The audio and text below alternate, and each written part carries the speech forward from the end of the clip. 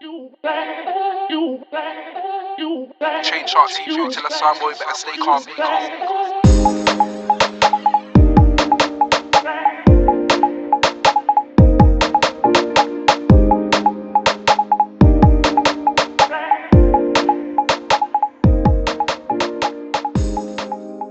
Yes, everyone. Good morning, good afternoon, good evening, and good night, wherever you are.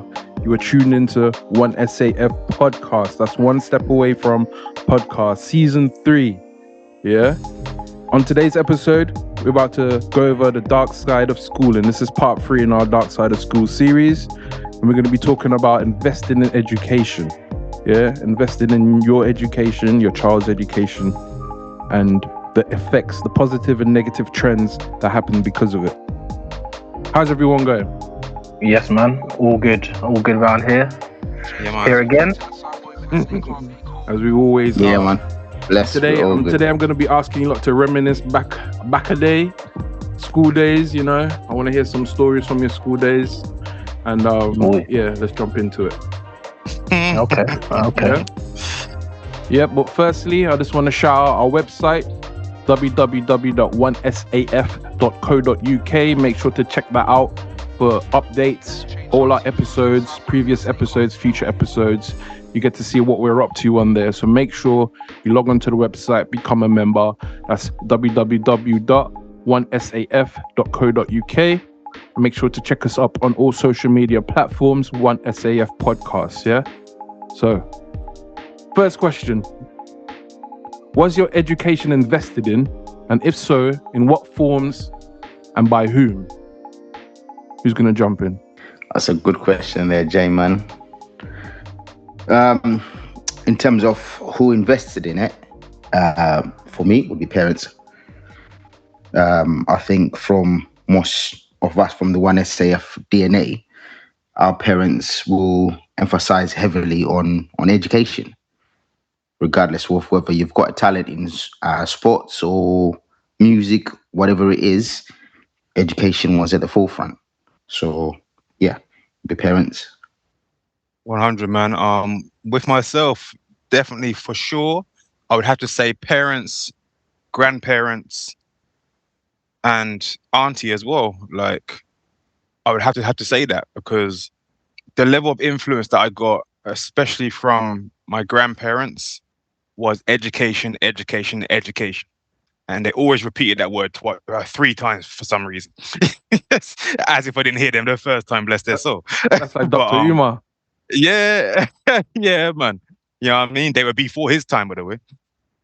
But I think it was important for them to inform their grandchildren the importance of education because, not gonna lie, they found it very difficult to read and found it very difficult to write. And they saw the deficit in the new world that was forming, the new world beyond the Windrush. No longer was it about just, as long as you're good with your hand, then everything good. No, because unfortunately, there's a thing called qualifications. Moving to my parents, growing up, education was again very, it wasn't a discussed thing. It's going to happen. Yeah, it's that simple. But it was in a way, it was in 2 ways. One being a soft approach and one being a more rigid approach. And that came from both parties, my mum and my dad. I grew up having a bookshelf with the Encyclopedia Britannica. I remember it like yesterday. And I remember this being all the rows down, the whole row. And I used to love just open up and just reading it. Just open up a random book and just start reading on something, on some creature, some insect, some science, some chemical, some place, some location, and just reading it as a child because it was there. Parents just bought it and invested on that. The education was accessible, and it's not like my parents knew what were in the books, but it was more offering that, having the opportunity if you want to read it. Now, we also had a library card, and Mumsy would take us to the library, especially me because I love reading. I would love going to the library, and going to the library was an exciting thing for me because it was almost like a sweet shop. That's how much I love reading, and that's how much my parents encouraged me to not shy away from reading and learning. It was enjoyable. During my 6 weeks holidays, when everyone knows that's time you chill, you're off school, you're off college, etc. My parents made sure that they bought key stage books, and there was rules. You had to do some work or do your homework before you go out. And it got to a point where I used to write stories just for fun as a kid. I used to just write stories because my brain was very creative. I used to just write stories as a kid and show it to my mom, show it off to my mom, dad. But I get it. They come from an era where they knew they had to invest in their children, their educational standpoint. And I guess it had a major impact on me and on my bro, because we are educated, we are professionals, and people who know me see me as a little bit of a researcher. I'm not a researcher. I don't put my hand up and say I'm a researcher, but I like to research. And I think that all that influence has stemmed down from my grandparents to my auntie to my parents, and also my boys as well. You lot were a major influence on me and education too. So yeah, it was definitely influenced, and education was portrayed in my household as something that was necessary and also enjoyable, but a matter of a fact, non-negotiable. Yeah, man, that's real. That's Cool. real. M? Yes, I'll jump in. In terms of investment for education, straight up and down, my mum, but not in a sense where probably traditionally and probably for a lot of parents it was like education. That was never the thing for my mum, and I'm kind of glad that it was like that. It was just more just do your best. There was no kind of push to do this or push to do that. I think it was more about survival and getting through school, if that makes sense. So yeah, I'd say my mum, myself, if I was being honest, I think that was probably the number one driver, because I didn't like people telling me I couldn't do stuff. And yeah, I have examples of that in school anyway. Don't Miss worry. Black. We will get to that, don't worry. But other than that, I'd say my peers growing up, the friendship groups I had in school, and not just talking about high school, but there's always someone, or always had a friend that was kind of on the same level academically, like in the same classes and stuff like that, and always try to compete and be the best. We always want to be the best in the class, and that kind of filtered through to high school. For the early years, that was a massive influence. Always trying to, I always wanted to kind of be on the same level as one of my friends, and yeah, I'd say myself, my mum, and my peer group for me. That's real. That's real. I like that, man. And these people are important. Your parents, your peer group, they are important to the investment into your education. For me, it's not only the monetary investment. Growing up in the Caribbean, it is quite common actually for, I would say, mostly middle class households to send their kids to lessons. So even though you go to school, they still pay for you to go to lessons. If you're falling behind in a class, they pay for you to go to lessons to catch up. Because in the Caribbean, if you don't pass your test, you get held back. And nobody wants to be the oldest kid in the class. So you gotta make sure you learn. If you don't do it school summer holidays, like Kay said, you're gonna have to read your book. You're gonna have to take tests. You're gonna have to learn your lessons. And also from my mom, she heavily invested her time in my education. She literally, I remember her sitting with me to do my homework. It wasn't just go do your homework. It was, she literally sat with me up to a point when I got much older, and she could see how I was. She was like, yeah, just make sure you do your homework. But up until I was about maybe 12, 13, she sat with me to do my homework, make sure I'd done it. When I came home, it was like, what homework you got today? Not have you got homework, is what homework have you got today? Before you get to do anything else, make sure you do your homework. Let me see it. Let me go over it. Let me check it. If you need help, come ask me. So That's crazy. That's crazy in a way, because we can't overlook that. What you just said there is mad, Jay, because that doesn't happen across the board. I don't think that happens especially in the Western world.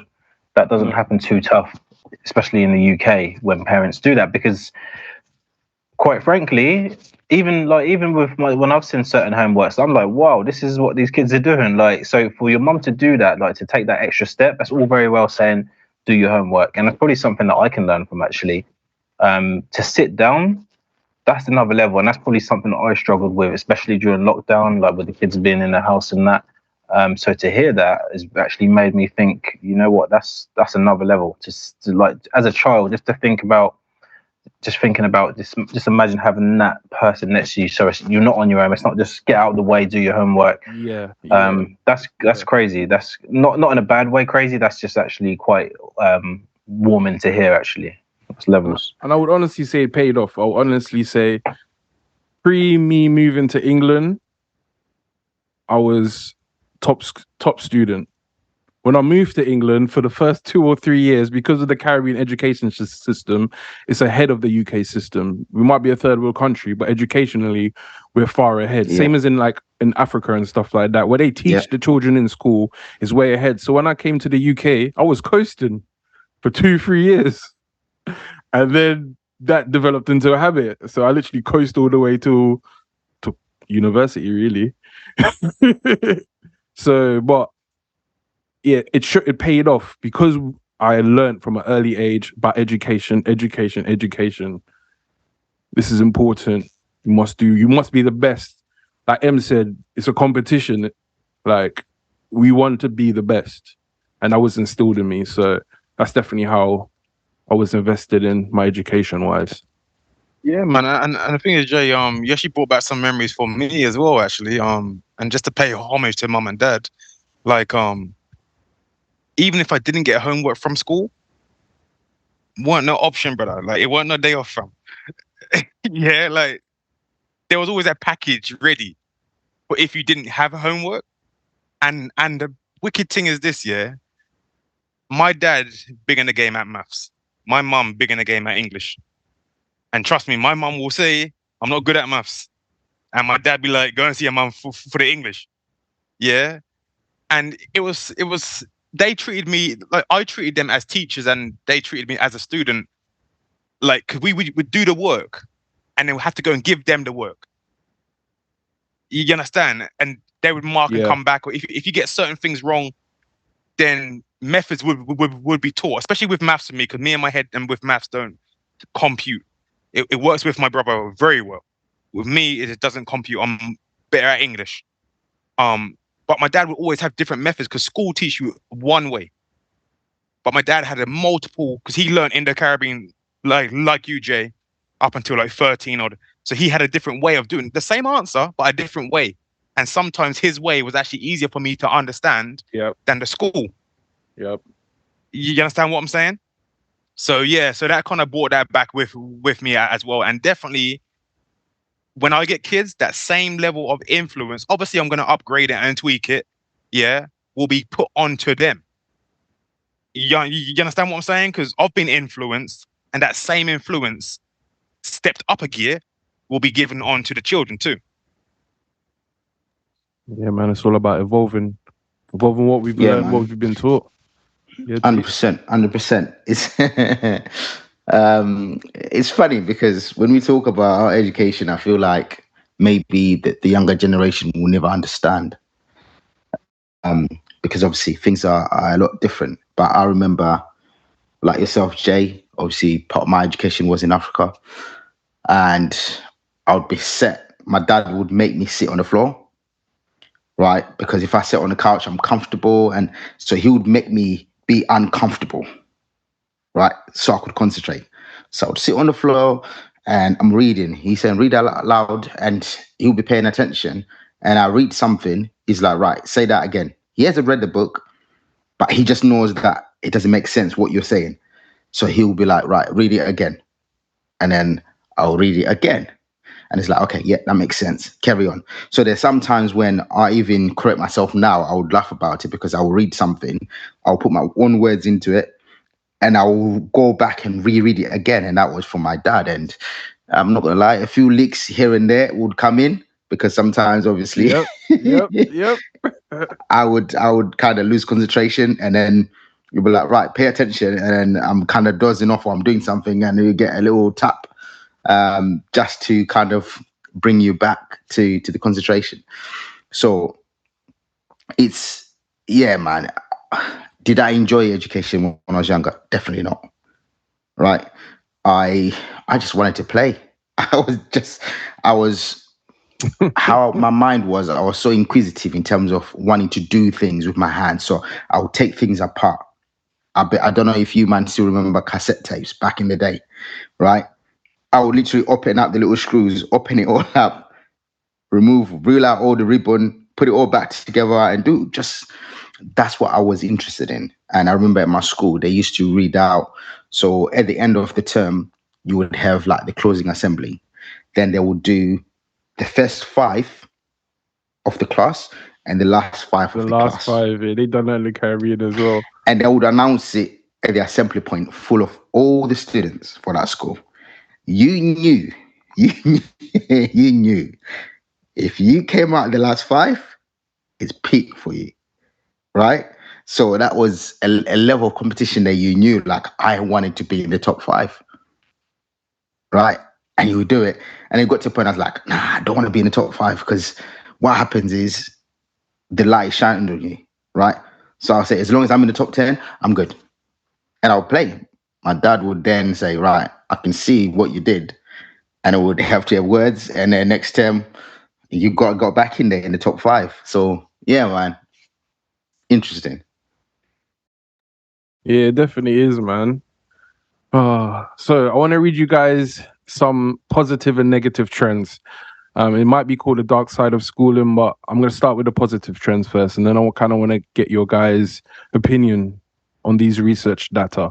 So, on recent data from the Higher Education Statistics Agency, or HESA, reveals a promising trend in higher education enrollment among Black students, or for this, we're going to say 1SAF students, yeah? So according to this report, the academic year of 2020 to 2021, the number of Black students enrolled in higher education institutions increased by 25% since 2015-2016. This increase signifies important access and aspiration for Black students to pursue tertiary education. So what do you guys think about that statistic? Interesting. Yeah. I guess the question that comes to mind is completion for me. Mm-hmm.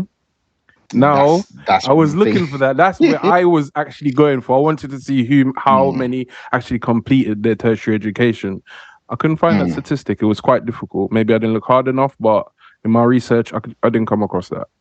Yeah, because I mean, it would be very interesting to actually see the percentage difference between being enrolled and actually finishing, right, in gaining the actual qualification. Why do I say that? Because we're with a lot of people that dropped out. You were the first year. Before you say that, T, can I just say it is a higher education, and if it's in 2020 or 2021, we won't get that stat till 2024. So if it's like a degree, innit? Yeah. If it's in 2020. Yeah, that's a good point. Yeah. So just to give us a little blight. Yeah, no, that's a good point. But is it saying they were actually enrolled in 2020, or it was just they just looked at figures of enrolled, because they could be enrolled 2 years in? That was just for the enrollment for the start of the 2021 year. Yeah. Okay. Well, then the proof will be in the pudding for 2025. But to me, that's a positive. That's a positive, and also maybe a negative in a way. Why do I say that? because there's a lot of people out there that have got degrees in certain fields that they don't work in. A lot. Right. A lot. There's a lot of people that have got themselves in debt in terms of uni fees that really they're struggling to pay off. They went completely the opposite direction. So it can be a positive and a negative depending on, you know, what direction you're going in and really what influence has been put upon you to actually pursue the higher education. Because sometimes what happens is, as good as we said our parents had influence in us, some parents will probably want to leave their dreams through their children. Yeah. So they will say, you're going to be a doctor, you're going to be an engineer, you're going to be this, you're going to be that. As most one But then that's parents not do. exactly, but that's not what you want to do yourself. So you may find yourself going to uni, second year, you drop out because that's not what you want. But then you've got yourself into debt. Yeah, I think there must be, I personally feel there's a direct correlation to the fact of the times that we're living in, to why there's more engagement, enrollment, possible attainment. Surely we'll find that information out in due course. But I always remember growing up, one of the things my mum used to talk about was not like, they used to get excited, like growing up in the home with my nan and granddad. They used to get excited when they saw black people on the TV, like, because it was rare. You know what I mean? It was rare to kind of see people doing stuff. Like, I know it's entertainment, but I think what I'm trying to say is there's a direct correlation to where we are now in society, the access that we have to the world. We see more people achieving and attaining, and that is probably inspiring generations to get their head down. Yes, there's the flip side in terms of there's more access to see negative stuff, but on the other side, there's more opportunity. It's still not 100% right yet, as we know, hence why we probably started this, but we've come a long ways from what the first and second generation Windrush and everything else that follows behind that came through. So I think it's just progress, natural progress, and we've been allowed to express ourselves more and show. Listen, we can hang with the best of us or best of them. So yeah, there's definitely something in there to where we are in society. Yeah, man. And just to put some more on top of that, man, that layer cake. I think as well, because of the burst of modern, I guess, access to the internet and such, there's a lot of self-learning that can be done as well. You can easily just go on YouTube or wherever, and you can access journals that you usually had to go to university first to be able to access journals. You can access journals now. You can go on YouTube. You can watch videos from doctorates and professors. You can see lectures, and you don't have to pay to access that knowledge now. It's no longer a barrier. Yeah, okay, you might not be able to get the qualification, but in terms of educating yourself, especially if you're a parent, you can educate yourself to educate your children. So you're teaching your children master, doctorate, professor level education before they even reach university. So when they hit university, they can smash it. But on top of that, in terms of that stat there that you said, Jay, here's what was really interested me, because I looked into the overall income for housing for black households. And black households earn the least in the UK, and that was done in 2020. So which is around the same time that your stat is at as well. And black households we earn 63% less than the average white household. Yeah. And then it goes down the scale as well. But we're at the bottom. Yeah, with earning the least amount of money per household when it comes to solely black. Yeah. So I'll be interested to really break down that stat to find out how much solely black students, solely one SAF students, went into education in comparison to the housing income. Because there's a correlation between financial income, and educational attainment and opportunities. Yeah. Now, considering that we are the lowest, I looked into another stat on ONS as well, Office of National Stats, and we are actually, and I can say this now, positive scale in comparison to our population and intake enrollment. We are above the average for our population. That beats other ethnic minority groups. So, according to the Office of National Stats, it states here that Black people made up 7% of people in further education. Yeah. And 4.2% of overall population. That means finally, we are disproportionately more likely to join further education. You That's a understand one what I'm step away saying? from a positive outcome, if I can Yeah. say so myself. Yeah, you understand? So even though we make 4.2% of the population, 7% of us are going to uni, to further education. That's heavy. Now, why is that happening, even though we are in the lowest income households? There's something there. I haven't got the answer for that, but there's something there that is causing a change, that is causing a change in our mindset and to where we feel we should be at. So even in our lowest time, this is just for the audience now. Even if you are of the lowest income household, don't think that education is off for you. You can make that change. The stats show it. We are the highest when it comes to enrollment in comparison to population, regardless of our monetary income. Let that sink in. Yeah, man. And to speak to that positive trend, I thought, okay, so we're 25% increase since 2015, 2016. So in that same time scale, going back, so tertiary education, we're talking college, university, so A levels to bachelor's, yeah. If you go to GCSE level, right? So I was thinking, okay, what stats are there to show what Black 1SAF people are getting at the GCSE level? And then I came across a study by Runnymede Trust, which is a UK independent racial equality think tank. So they do all sorts of research and think tanks around racial equality in the UK. And from one of their research entitled Ethnic Disparities in Education, a review of the evidence. And it highlights positive advancements in subject attainment among Black children, specifically in key subjects such as mathematics, science at a GCSE level. And a study found that between 2015 and 2020, the percentage of Black students achieving A stars to C grades in mathematics and science increased from 62% to 78%. So in that 5 years, the number has increased from 62 to 78%. So that kind of speaks to another reason why they allowed the opportunity to go into tertiary education is because, and there's more of us, is because more of us are passing our GCSEs. Do you know what I'm saying? More of us are doing that secondary education, completing it, which now gives us the opportunity to access tertiary education. Yeah.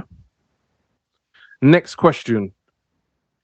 So we all had experience of schooling, be it primary, secondary, tertiary education within the UK.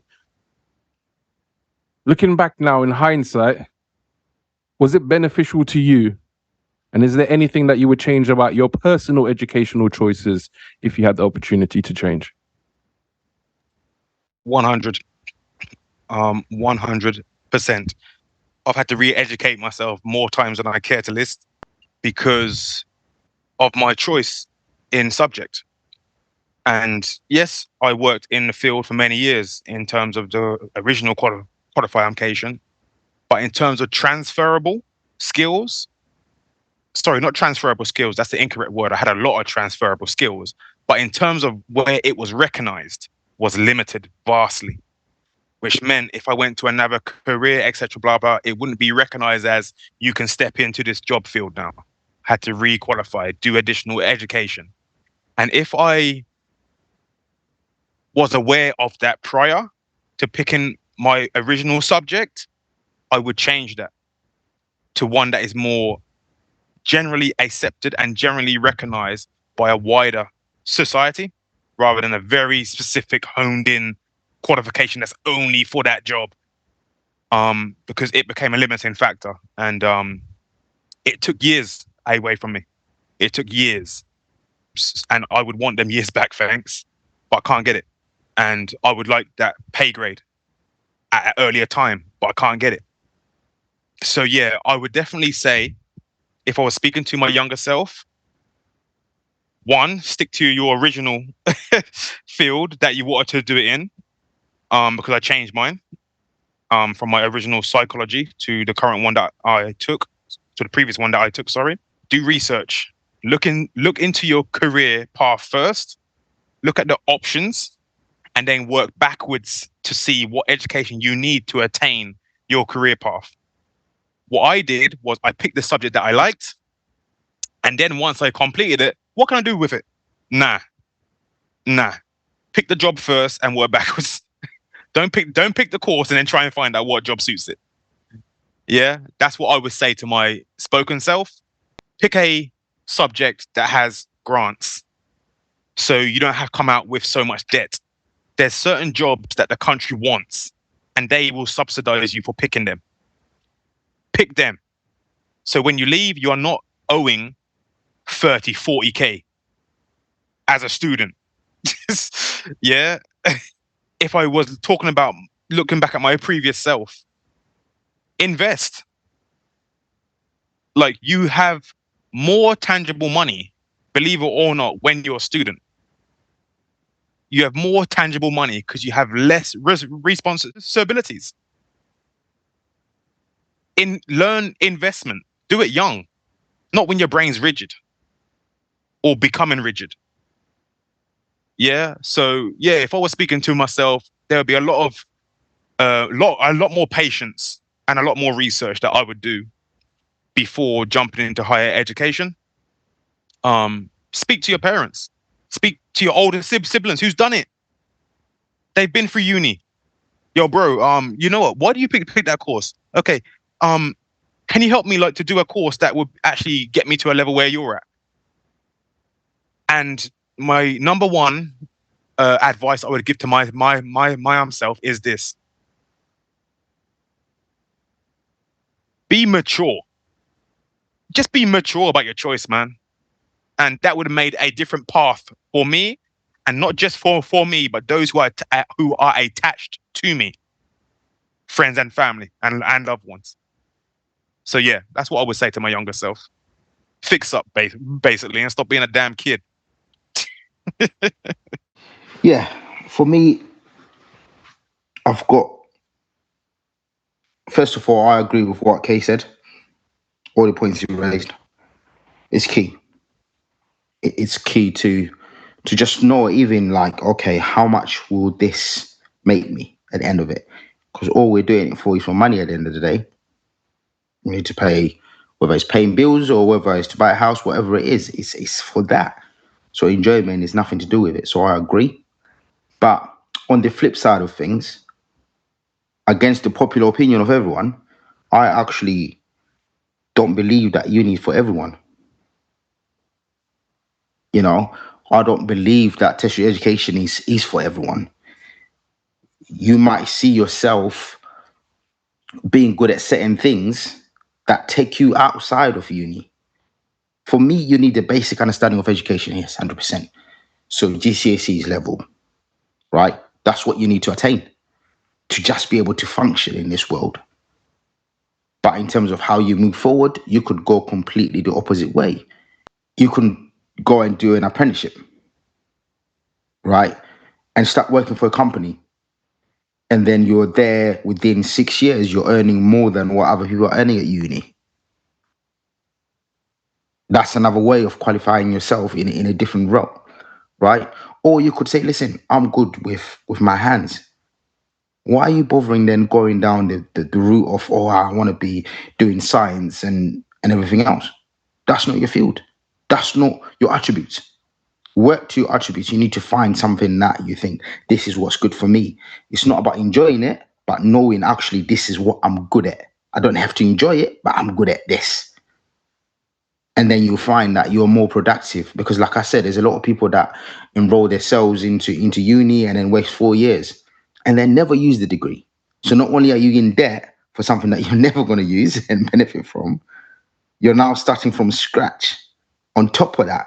Because when you go into a different field that you want to do, you have to start from scratch. So if I was talking to my younger self, maybe us as being parents now, we need to learn that not all kids need to go to uni like our parents thought. I know of all African parents, they want their kids to be doctors and engineers, right? That's what it is. But unfortunately, we can't all be that.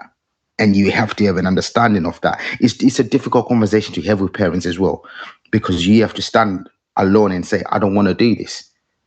And that can be unpopular.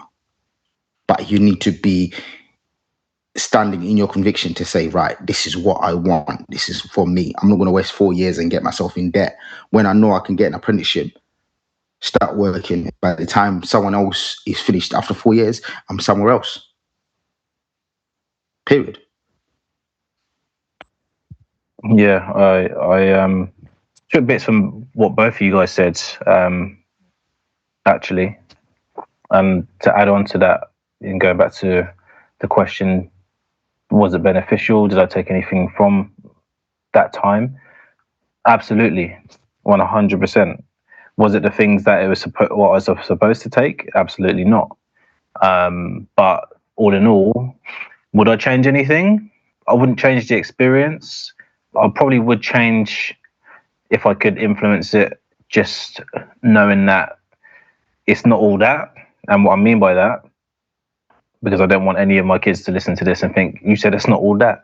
But what I mean by that is, it's literally, it's not all that. Like, the education system's not all that. Once you really break it down and deep it, it's not all that. I'll give an example. Like, after A levels, I went straight into working in an office, and I was there, like, within the first couple of years, like, the turnover of staff in those type of industries anyway, like insurance and stuff like that, is crazy. And then people come in just to get a job, and the amount of people, older and younger, that used to come in, and you hear their stories. Oh, I've got a degree in this, I've got a degree. And I'm like, so you're starting at the same level that I kind of come in, but you've invested 4, 5, whatever, how many years, whatever kind of debt, and now you're kind of starting from the ground level as me. So when I say it's not all that, it clearly shows that sometimes the system doesn't work how it should work. But when I say it's not all that, what I mean is where I am today in my career. Kay mentioned about transferable skills. The only skills that I've been able to transfer successfully is the people skills that I developed just by growing up with my friends, you know what I mean, and just learning from home. Like, that's the only really the thing that's got me to where it is. So yes, with a sprinkle of just being able to tick the boxes, because GCSEs, they still, for some reason, they still look at that. You need to get, and there's certain fields that you still need to get certain grades in, like from maths, English, etc. But really, what's got me to where I am is just developing those people skills, developing relationships, which a lot of them started in school. So I wouldn't change that. I wouldn't change how things happened, how relationships formed, how relationships broke down, because that prepared me for life. It prepared me for the acceptance and the rejection of the working world. But also, going back to your question, Jay, in terms of if there's anything that can be changed, just having more knowledge, or having someone to tell me, like, think about business, think about yourself. Don't think about getting in the rat race, because that's what school and education kind of is. It's kind of building you up to fit into a box, which is kind of run by the government, if that makes sense. But really and truly, I just needed, the only thing I'd change is someone just to kind of nudge me in the shoulder, say, you know, what you're doing is cool, and getting your grades and to kind of how you're trying to be the best of your ability is good, But a lot of people are doing this in the real world. A lot of people are building businesses like from young and doing apprenticeships and kind of learning trades and doing this or investing. So all these things that we've been talking, like the other guys have spoken about, just a little bit more know-how of that at that time would have maybe changed my direction. So I would say that's the only thing. But you live and you learn, and hopefully, by what we're doing, by how we talk and kind of how we've established our own bills and our own tables, we can kind of set that table up earlier for younger generations. Yeah, levels, man. Just to add on that, sorry, Jay, quickly to just add on that. For me, financial education is more important than actual education. And that's something I know in schools they don't really teach. Our parents really don't speak about. But financial education is more important. Once you've got financial education, you can make decisions like that because you've got the financial education behind you, rather than just following the tertiary route of higher education, just knowing how money works. Do you know what I mean? It's important, and we seem to neglect that for some reason. As a school, as parents and everything else, and everyone else, we seem to neglect that bit. So yeah, I just thought I would just quickly add that in there. Sorry. Just T just sparked something else in my brain along the same lines. I think in my situation, like our household is about survival, and I'm not saying that's not everyone's household, but single parent home, like 4 children. The process was, okay, go to school in order to be able to get a job, and there's nothing wrong with that. Like I also want to stress, there's nothing wrong with that. Then obviously, I was the youngest in the home, so I saw all my brothers and sisters go to school, get a job, and ironically, a lot of us worked we had the same type of jobs. Like it was kind of like a family thing, or you've kind of got to work there to kind of whatever. And but I think that can be a hindrance, like if that's just the only mindset that you have. So like I said, influences and having other people around you with different mindsets is key, because there was pressure on me, like as a younger one, to get a job, because that's all what my siblings done, like get a job and get into that system of earning money to pay housekeeping, to support the home and stuff like that. But there's more to that life and kind of preparing to life than that.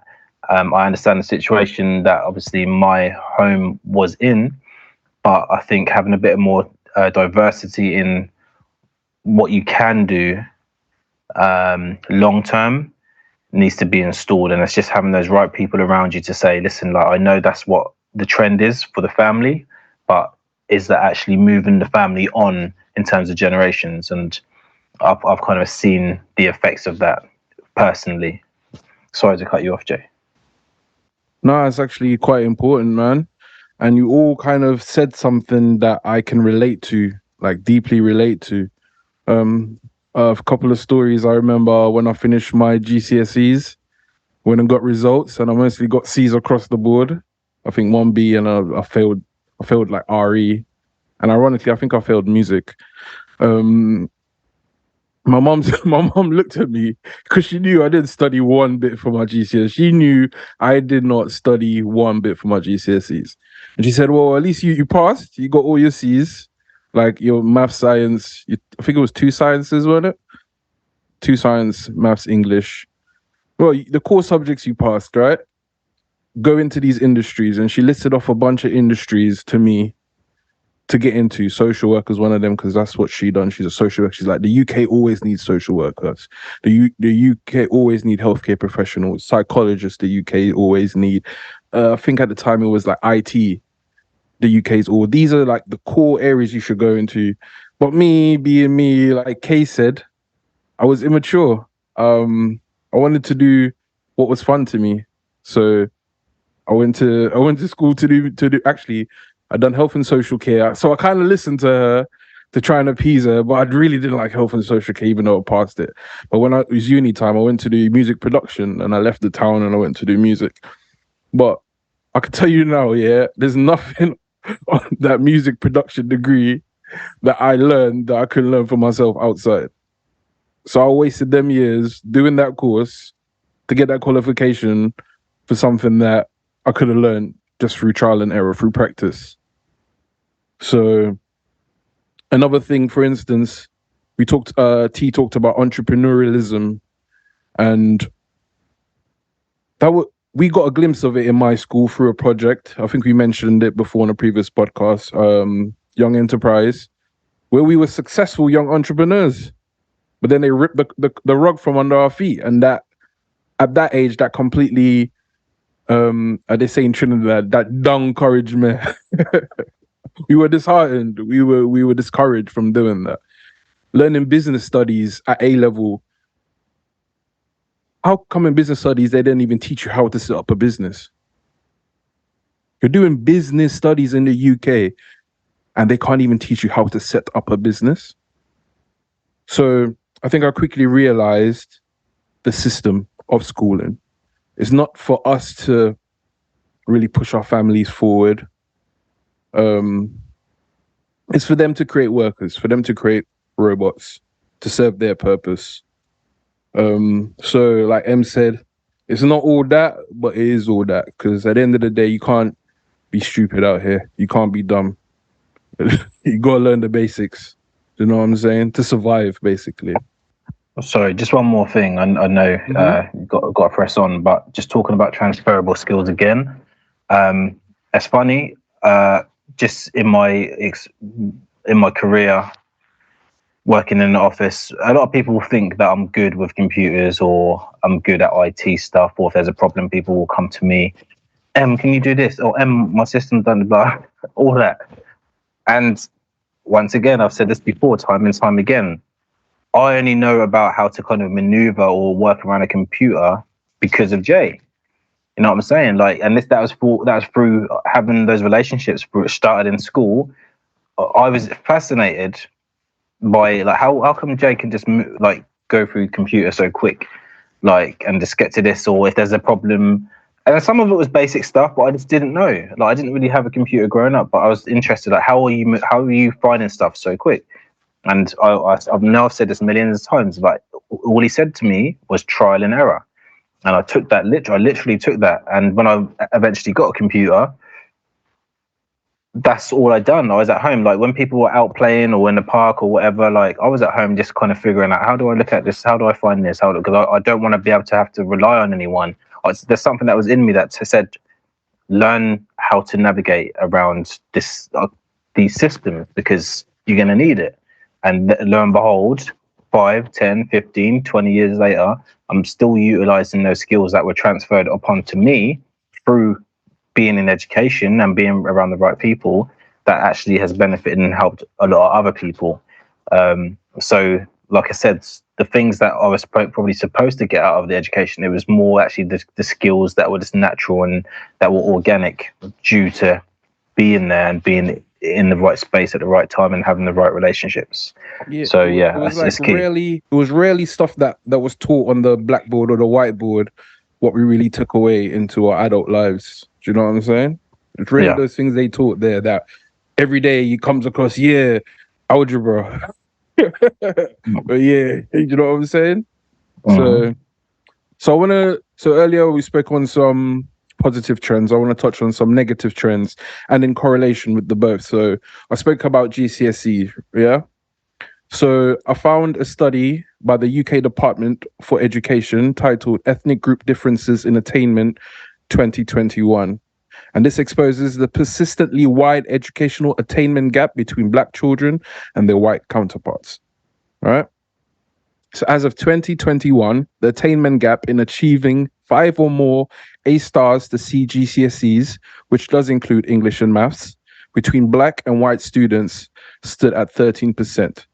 So there's a 13% difference between Black students and their white counterparts. The Black students, they say 57% of students would achieve 5 or more GCSEs compared to their white counterparts that got 70% of those got A stars to C's, at least 5 of them. Yeah. Going on to that, and then I'll let you guys jump in to the tertiary education. There was another study by the Equality and Human Rights Commission, the EHRC, titled Tackling Racial Harassment, Universities Challenged. And the data revealed that Black Caribbean students are more likely to be permanently excluded, which raises concerns about potential long-term impact on their educational trajectories. So T, speaking about how many of them are going to finish, or how many did finish, even though you enrolled into tertiary education, how many of you actually did finish? And they showed that, in particular, Black Caribbean, they were more likely to be permanently excluded. Wait, I've got to speak on this from multiple angles, man. Because I experienced a large degree of first-hand and second-hand racism throughout my higher education. Boy, I don't even know if I can say these things because it's actually mad when I think about what actually they got away with, brother. I don't know if I can say the word, like the N-word on here, fam. But when you're, oh boy, it actually burning me. Wow, you're actually bringing up trauma. When you're in a higher education setting, imagine this. You've paid to go, and everyone knows what university I went to. You're paying to go there. You've left home. You're in the second year.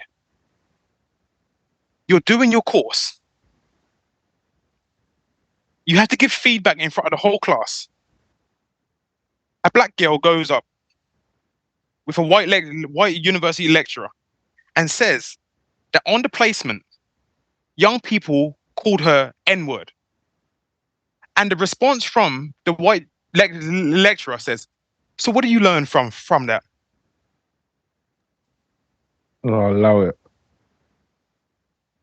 I have an experience where another university lecturer in my second year from South Africa, white, and he says when he goes to work in inner city London, he will take a Black member of staff with him.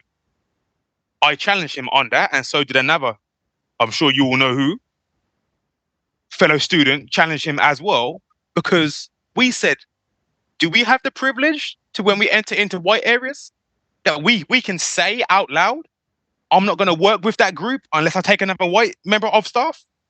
Or is it expected for us to be Black professionals and deal with any ethnic group and learn the skills to navigate?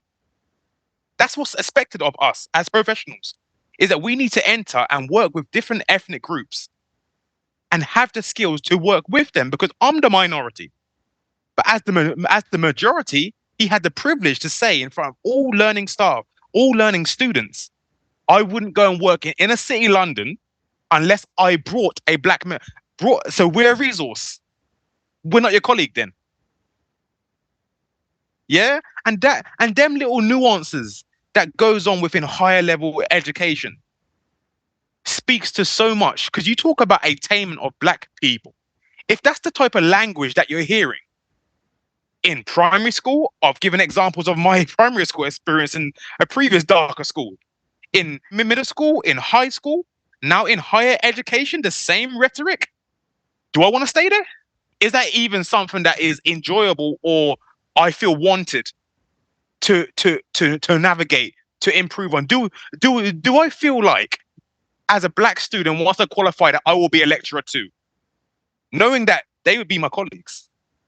So I'm very interested in the attainment situation. If we look at the situation that you mentioned around young enterprise, Jay, we attained there. Who stopped us from attaining further? The governmental agency. And why was that? Because they saw a group of students, mostly of ethnic minority background, do excellent. And what they done was decide to sweep the rug from under our feet, to the point that they emptied our bank account. How is this even possible? You've got students who've entered the Young Enterprise, which is a charity. We've started the business up ourselves. We've got the profit ourselves. Most businesses don't make a profit in the first year. We did. and behind your own back, and you find out when you enter the bank, hear this. To pay your I shareholders as well. To go pay our Brother, shareholders. we had people invest in us, and they expected dividends. We go to the bank to withdraw that money, to pay the shareholders, and finally pay ourselves. And that still burns me to this day, because it was my choice not to pay my directors until the end of that financial year. And in the bank is zero. What? There's supposed to be what? Grands in there. Why is there zero? There's a little clause that Young Enterprise, the charity, can withdraw that money from your business as and when they feel. So now that has caused a disdain and a dislike for entering into business. We're 16. We're 17. And we've been shown that adults will rob you as a student from a charity group. That had a major impact on all of our future paths. Because we wanted to take that business further at 16, at 17. We wanted to take it further. We were talking to H&M to get our clothing put in H&M. And that all stopped because it made us disheartened. So when I see stats of us not attaining, I call bullshit. I call rubbish. Yeah? Because we are capable. We do want to improve. And it's the systematic aspects that has an impact. I'm not saying every single one, because there are some of us who are full. Yeah? But when we do want to achieve, leave us alone, man. Because we are capable. And them A to C's are a breeze for us if we put our head down. You understand? Because that same laptop that you're writing on, we created. The same laptop. The same PC, the same chip, the same internet that you're researching on, we created. That same light that you need to write your homework, that little light, we did that. So don't come and tell me we don't attain. We don't attain according to you. But according to us, we do. And the quicker we come together and bring our mindset, we no longer have to ask them for a paper. We no longer have to ask them for a qualification. We no longer have to say, did I pass? Forget that. Let's start our own thing, man. And we'll attain together. Yeah, man. Levels. I guess for me, where I come from with this is what's important for us is to learn from other people's mistakes, from our own mistakes, and make sure that it doesn't happen tomorrow. So what do I mean by that? The fact that there was a clause in that contract, yeah, for the young entrepreneurs to say the charity can withdraw it, we need to learn those contracts. We need to learn about those clauses in there. So when our kids come in and be all excited, the same excitement you man had to say, right, look, we're going to be doing this. I said, let me see that contract. Right? Let me have a read on it. Yeah, nah. That's not happening. That clause there is not going to run. Right? One other thing as well we have to address is, like M touched on, for most of our households in the 1SAF DNA, it's about survival. Right? Which means both our parents are not in the house to look after us, to give us that support that maybe our counterparts would have, because mum is a stay-at-home mum. So she can pick them up from school, she can do homework with them. Yeah? They're surviving. What happens when our both parents are out there on shifts?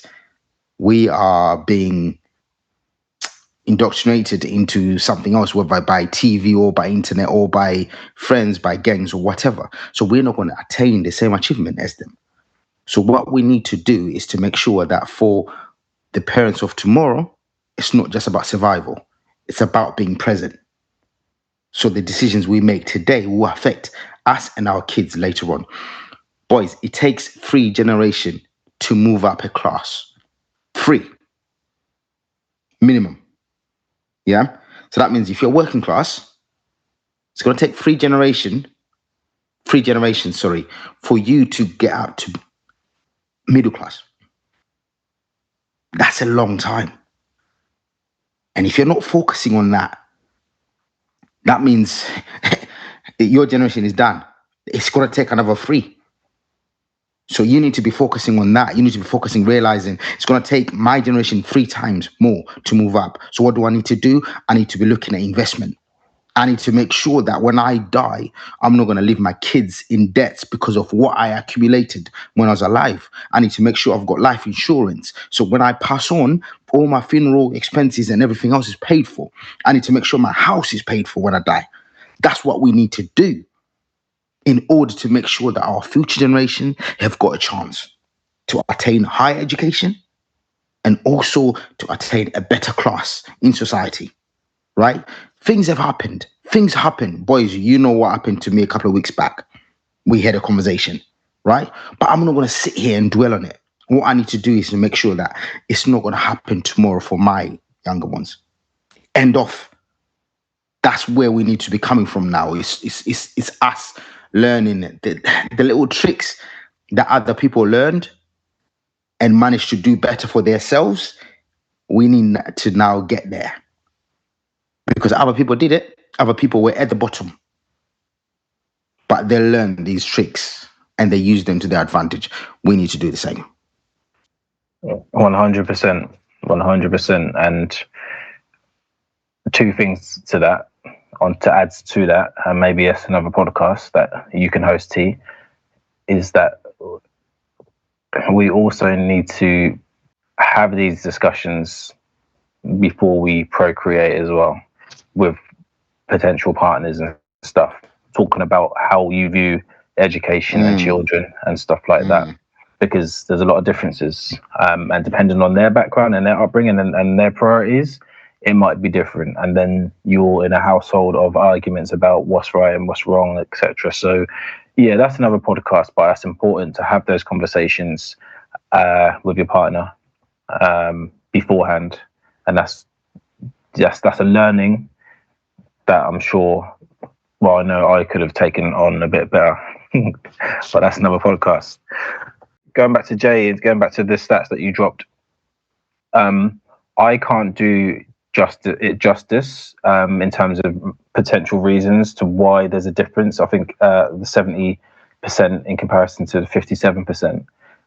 But if you haven't read it, I would implore people to read Akala's Natives book, because that will give you insight to why there may be, just maybe, those disparities or those differences in achievement and attainment, in terms of how we are perceived as one SAF, as Black children in schools. All the little I think the word was nuances mentioned earlier by Kay. Please, I implore people to read that book to understand by actual research. Like, it's not just an opinion. It's like from hard research. But Akala puts it in a way where everyone, if you don't know Akala, then where have you been? But if you don't know, he's one of the most articulate men I've ever come across from way back. But that book gives a breakdown. It's not just about schools and education, but there's a large section on that about schools and education in terms of how just the psychology of the teachers prevents us from being able to attain and achieve.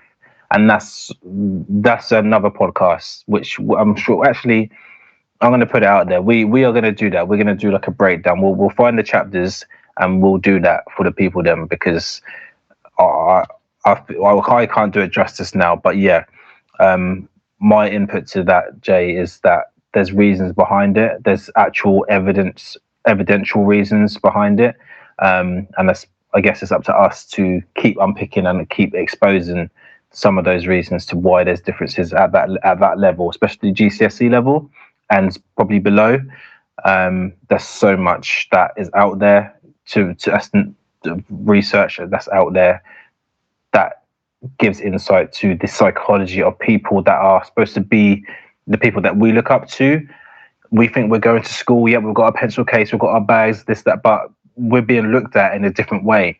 I'm sure people have seen on TikTok or Instagram, like certain study or little social studies when there's a presumption that the black child is going to cause disruption in the class above any other race. Yep. There's so much, and I'm actually energized to kind of unpack that, and we need to keep delving and exposing that. That's only right that we do. Yeah, it's definitely only right that we do. So keeping in the theme of positive and negative trends, I'm going to do a quick fire round before we get out of here, yeah? Kay, I'm going to start with you, all right? In high school, give me one subject that you were encouraged in and one subject that you think you was overlooked or not given enough attention in. One subject I was definitely encouraged in was English and English literature, for sure.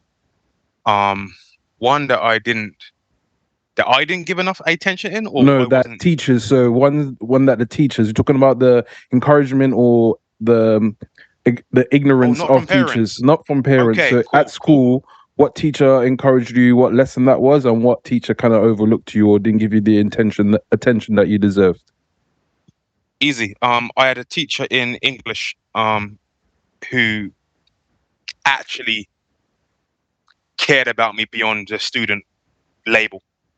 He cared about me, and he dealt with me as if I was almost like his little son. And I remember when I crossed him in the youth club. I don't want to say too much because, yeah, but he checked me. Like, he's from South Africa, black man, and he checked me in that youth club. And from that day, I respected him because he was based. You know what I mean? Like, just as your parent would check you, you know what we're talking about, black people. He checked me, yeah, and he really pushed me, and I believe us, to excel beyond what the belief system or the system said we were good at. In regard to the teacher who didn't support or push me or wanted me to fail, was actually a head teacher in my junior school. He just didn't like me. So, and he wanted me expelled, suspended, and it's almost like, give me a reason. But luckily, to mention another teacher, she died of breast cancer after she said this to me. And she said to me, "Kay, whatever you put your mind to, whether it's going to be the top criminal or the top in education, I will be it. It's up to me to choose the path." Yeah. And that was in year 5. And she died a week later from breast cancer. She knew she had breast cancer. She came to the school still, and she chose to isolate me and tell me whatever I put my mind to, I'm gonna be the top at. Yeah, and that speaks to one SAF. So yeah, they were my experiences in terms of subject. English, I was pushed in terms of teacher, English teacher, who really checked me and really believed in me, not just my academic years. In terms of someone trying to sabotage my educational career, a head teacher in junior school, and in that same junior school, a lady who passed away a week later after telling me something that I still remember to this day, boys. I still remember it to this day. I see her face as she speaks, as I was standing in detention, for frick's sake. You understand what I'm saying? So, yeah, man. It is influential. It is. Big. T, I'll go to you. Yeah, man. For me, I wouldn't say it's a subject that I was pushed at by a teacher, but it's one of those subjects that fell on my lap and I was told, it would be great to have. But really, looking back, it was a waste of time.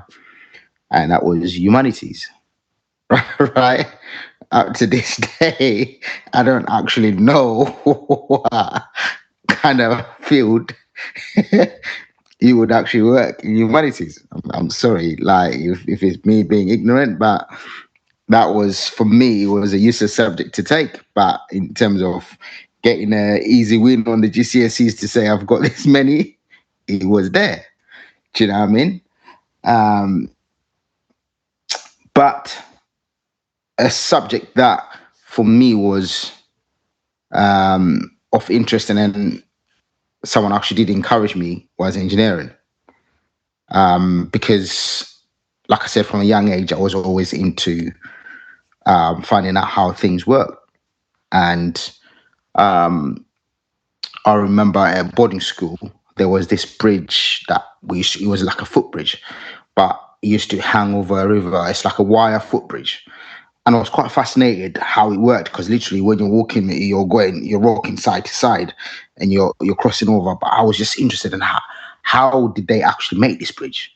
Do you know what I mean? Because people would have had to be in the water, and how did they do it? I was fascinated by it. And this teacher in particular that was back in Africa, like, I was asking him, like, how was it? And then he was explaining. I said, oh, if you want to really learn more, you can go into engineering and you will see how things work like that. So yeah, that piqued my interest, and then I followed in that path. But yeah, those are my two. Dope. In one positive, one negative subject, or it could be teachers, or what was it like for you? Yeah, it's good. I'm struggling with the negative, actually. I'm sure I'll find something. But I'd echo Kay in terms of the English teacher. I think he was monumental for all of us at the time he came into the school. But on a more personal note, art was the subject that, like, I had like 4 different art teachers, because they'd done different arts. And every single one of them, like, just had my best interest at heart, man. They wanted me to do so well. Literally loved that. When I got to sixth form, that was probably like the only, especially the second last year of sixth form, that was the only lesson that I really wanted to kind of go to. I got to a point where I was kind of done with it, but just by how they treated me. And I should have mentioned, like, some of these teachers actually at the start when you asked me about who was invested in my education. Yeah, they just went above and beyond. They just wanted me to do the best I could do. And even, like, yeah, there was 3 men. I'm gonna say their names, but because, like, I still to this day, like, I've got the utmost respect for them. Mr.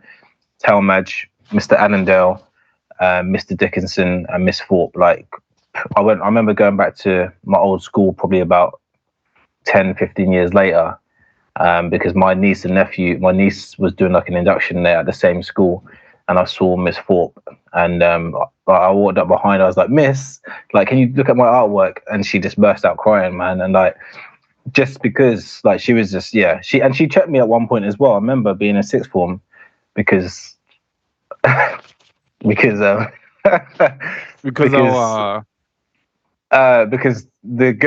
some of the girls in the year above us at sixth form, like, they were like into man in it. So she used to teach them, like, so she would hear what they were saying, like, or talking about, like, in that lesson, and then she just kind of checked me. She was like, just don't get arrogant, or, like, she would say that, I see how these girls are over you, like, don't let that get to your head. Like, she didn't need to say that, you know what I mean? She didn't need to, like, but she took me to one side, and she saw, like, maybe I was getting a little bit gassed or whatever, so she just said, like, listen, like. But anyway, Mr. Dickinson, he literally, I remember him phoning my mum just to say, like, because I think I maybe missed a few lessons, not of art, but just other lessons. And he was like, I think he knew what the deal was with us as people. You know what I mean? Like, he knew the 1SAF trajectory. And he was just so concerned, like, he didn't want me to go down a certain way. You know what I mean? So yeah, them art teachers, they kind of made me stick it out. I think that was my best A-level result as well, like, out of the 3 that I'd done. So yeah, I can't give them enough props, like, to this day. And negative, I think, in terms of what I could have been invested in more, and there's no particular teacher. I don't think there's any malice behind it, but maths. That's the one I can think about. I think maths was about. I was in top set like all the way through schooling system up until year 8 or 9. Like then I went to the second one because maths was never my thing. I don't know how I was in top set like beforehand anyway. I think I blagged it. I'm not going to lie, but I just think if you're not in the top set, it's kind of like that's a done deal. That's a done deal. So yeah, so I think maths could have been more invested on people, but yeah, overall, my art teachers they gave me life, literally. Yeah, I shared the same art teachers with you as well, and yeah, they were really cool. They were quite supportive. A lesson that I got encouraged in was like, actually, you know what, food technology. Yeah, I remember we were Miss Leader, and I remember she was teaching everyone how to make a casserole. Yeah, and I'm gonna lie, her casserole was dead. Yeah, and I come through and made mine. Yeah, and she kept hovering around my pot. And I was like, do you want to taste it? Oh, do you want to taste it, miss? And she tasted it, and it was just mad praise from there. I always remember that, man. And I guess that's probably why I kind of like cooking for people as well. You know, getting that rush or those good chemicals from people like praising your food, enjoying your food, and stuff like that. So I try to replicate that throughout my life. A negative one, which is always stuck in my craw. I've got a few, but I would mention. I don't even know which one to mention. You know what? My A-level business studies teacher. I'll never forget. Kay and I were in A-level business together, and he walked around the room and helped every other student except me and Kay. And bear in mind, Kay and I were the only black students in the class. And he walked around the room and helped everyone. I don't know if it is because one time he caught us playing Marvel vs. Capcom on his projector, but I'll never forget that. I might have just run out of time. He might have just not had the time. Brother, He had the time, bro. When I say man, literally walked around your back and then went to the next student, fam. Yeah, I will never forget that, man. I'll never forget that. Yeah. Well, yeah. So, I mean, these are the experiences we all have. We all have teachers that, like Kay said, they're invested in you beyond your education. Do you know what I'm saying? And then we have those that are just there for the paycheck, really. So, yeah, you know what, guys? I had a really good conversation with you, Lara. I really liked some of your points. I shared a lot of your guys' experiences and your ideas. Anything else? Yeah, can I just add, while we're recommending books to read, I highly recommend this book. For me, I read it too late, in my opinion, but nevertheless, I did. Rich Dad, Poor Dad. If you've got a child and you want them to be more aware of how finances work, give them that book. Even yourself, if you haven't read that book, you need to read it, because I think it speaks volume, especially for us people of 1SAF DNA and how we view finances and how we make certain purchases because we think we've made it, not realizing actually they are liabilities. But Rich Dad, Poor Dad, read it. 100% agree. I've read it twice, and there's still gems in there that I've probably missed. So yeah, 100% agree with that one. Yeah, we're definitely gonna put those in the comment section or in the description box. Also, the link to all the researches that we touched on today, the journals, you'll be able to access them, and have a read for yourself, and come up with your own ideas, your own conclusions, and let us know what you think about these stats. Do you know what I'm saying? Oh, it's been another good one, guys. Another good one. This is the dark side of schooling. This is like part 3. We're coming up with a nice series here, and I can't wait to see what we delve into next. And before I forget, Life is UKG. I don't know how I didn't even plug my own tune. But this one playing here is Sunrise off the Life is UKG album. Make sure you go get that. www.wearekinsmen.com/Jerome the Chef. Again, make sure to check out our website, www.1saf.co.uk. Make sure to follow, like, subscribe, comment, share on all the social media platforms. 1SAF podcast. We talking Spotify, Facebook, Instagram, everything, Anchor. Make sure you check us out. Yeah. Thank you again for everyone for listening. This has been 1SAF podcast. I'm your host, Jay, today, and look forward to seeing you next time. Yeah. Peace. Stay in school, Yeah, yeah. kids. Stay in And all the best. school. That Marvel vs. Definitely. Capcom.